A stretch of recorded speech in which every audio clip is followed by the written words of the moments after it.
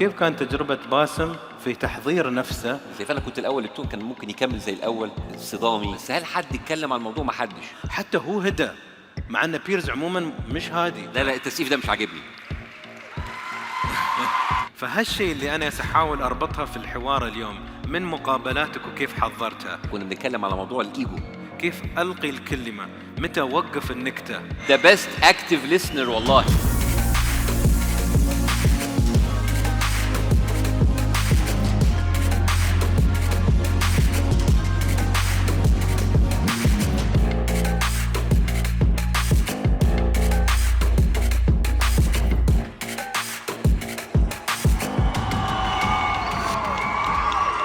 كاتب، باحث، دكتور، إعلامي، كيف هالإنسان قدر ما يروح بس بعفوية ولكن يروح بمسؤولية، ويروح بطريقة يقول أنا عندي مهمة أبى أوصل معلومات معينة وأكون موضوعي مش بس عاطفي.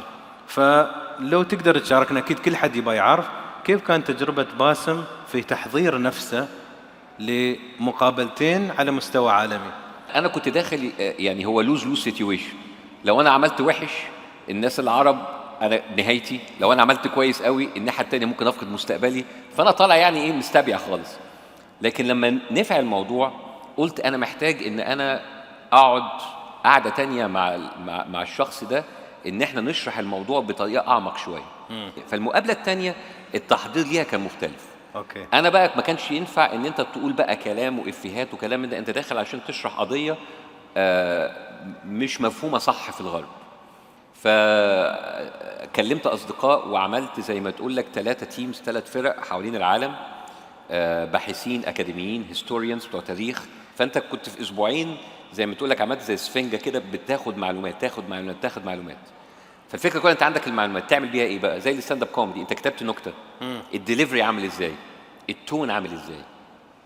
ففضلت أدور التون عامل إزاي. فأنا كنت الأول التون كان ممكن يكمل زي الأول، يبقى صدامي، يبقى بتاع. فأنا قلت لا، أنا الراجل ده أنا مش هخش أتخانق معاه، أنا هخش أكسبه، أنا هخش أصاحبه. عشان كده الناس اللي اتفرجت تلاقي معظم التعليقات الأجانب قال لك أنا أول مرة أتفرج على ساعتين على بيرز مورجان، أنا أول مرة أشوف ساعتين بالكامل. لأن هنا ابتدى ما بقتش ديبيت، ما بقتش مجادلة، ما بقتش مناظرة، بقى حوار. فالاتنين يتكلموا مع بعض. وعلى فكرة أنت عارف مين بيعمل كده كويس قوي؟ أنس بوخاش. He is actually والله he is the most يعني the best active listener والله بجد. بدفع لي فلوس بقى بعد ما نخلص عشان أنا بقول لك الكلام ده. تعرف باسم، لاحظت أحس يعني وايد الدروس اللي أنت تعلمتها غير أن عن أي موضوع، أسلوب الجدية اللي أنت أخذتها تجاه المقابلتين. أحس هني نقدر نتعلم كيف الواحد مو بأي حظ ولا بأي عشوائية يدخل. أنت يعني كانت تقول لي خلف الكواليس. المقابلة الثانية أنت جاي بموضوعية وهداوة ويتكلم إنسان لإنسان. حتى هو هدى، مع أن بيرز عموما مش هادي، بس كان هادي ويسمع لك وما ياس يقاطعك. فياس يقول والله ما حد عرف لبيرز غير باسم. هو في نقطتين مهمين قوي في اللي انت بتقوله ده. انا في حاجه قلتها له، قلت مشكله ان الاخبار او ذا نيوز از نوت اباوت ذا نيوز اني مور، ما عادتش على الاخبار، بقت على الناس اللي بتقدم النيوز. فما حدش بيتكلم على الايشوز، مين قال مين اوقع ايه كلام من ده، بس هل حد يتكلم على الموضوع؟ ما حدش. فحتى في لما تيجي تقدم بره سيناريو او تريتمنت لمسلسل او لفيلم، مش مهم البلوت، مش مهم القصه، يقولك الكاركترز. ان عشان الموضوع بقى قوي كاركتر دريفن، بقى فيه ايجو. موضوع الايجو ولا الانا موضوع عميق جدا جدا جدا. عشان كل ما الواحد يقرا كتب عن الايجو ولا يشوف ماستر كلاس ولا يدخل ورشه عمل الايجو، تقول سبحان الله كيف الانا لو الواحد، وكل انسان عنده، كل انسان موجود عنده الانا، والانا يمكن، وانا مش الخبير، لو مسيطر عليه يقدر يفيدك. مثلا انت في لعب مباراة سلة ولا مباراة كرة قدم، يمكن الايجو اللي عندك ما يتقبل انك تخسر تبذل جهد أكثر. فهالشيء اللي أنا سأحاول أربطها في الحوار اليوم، من مقابلاتك وكيف حضرتها، من كيف رحت لأمريكا وبديت تدخل في مجالات ثانية بس شديت حيلك عشان عرفت تسيطر على الأنا مالك وتقول لا، كيف أقدر أكون أفضل في الستاند اب بالإنجليزي، كيف أقدر أكون، كيف ألقي الكلمة، متى أوقف النكتة، متى أسكت، متى أخلي الجمهور يسمع. فالأنا حتى مرة أظن كان فيلم وثائقي لبيل جيتس، واشوفه جالس يجيب شنطه، عنده ملجأ شي بيت صغير يروح له في الغابه ويجمع الكتب، ويجمع كم كتاب، يقول انا خلص، ما اتذكر كم يخلص، يمكن 2 ولا 3 كتب في الاسبوع.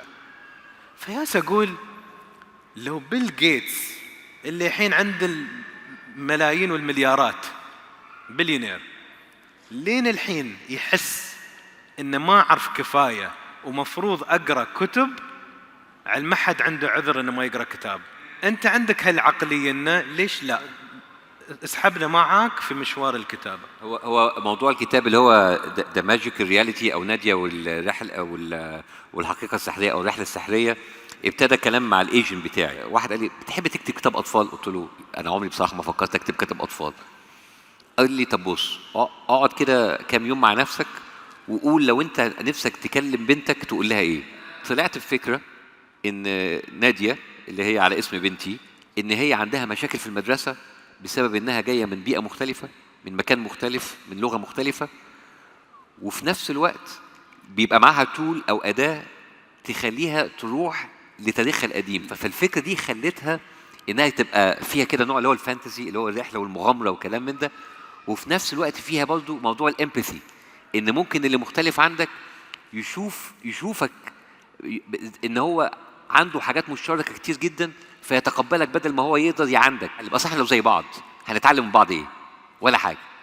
انا زيك، افكاري زي افكارك، كلامي زي كلامك، انت ولا انت بتكبر ولا انا بكبر، واقفين في مكاننا. بس لو انت مختلف عني انا بتعلم منك.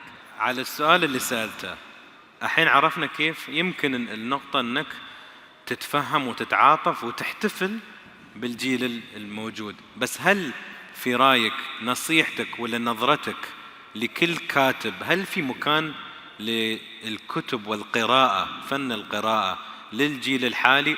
وإذا أتوقع الجواب بيكون نعم، إذا نعم كيف تواكب هالعصر، ما تقارنه ب20 سنة ولا 30 سنة قبل؟ الحقيقة بص، هو ده سؤال صعب، والسؤال صعب ان انت تجاوب عليه بنعم. ازاي تقول لحد ان هو يقرا؟ انا بصراحه انا ساعات بيبقى عندي مشكله انا نفسي ان انا اقرا، فساعات انت تختار حاجه تحبها. يعني انت لما انت تختار الموضوع اللي انت لازم تبقى انت موضوع انت مهتم بيه وتحبه، وان انت تفتح الكتاب وانت عايز تكمله للاخر. لان في ناس كتير جدا بتقرا لمجرد الناس كلها بتقول لك اقرا. لا، اقرا حاجه انت بتحبها.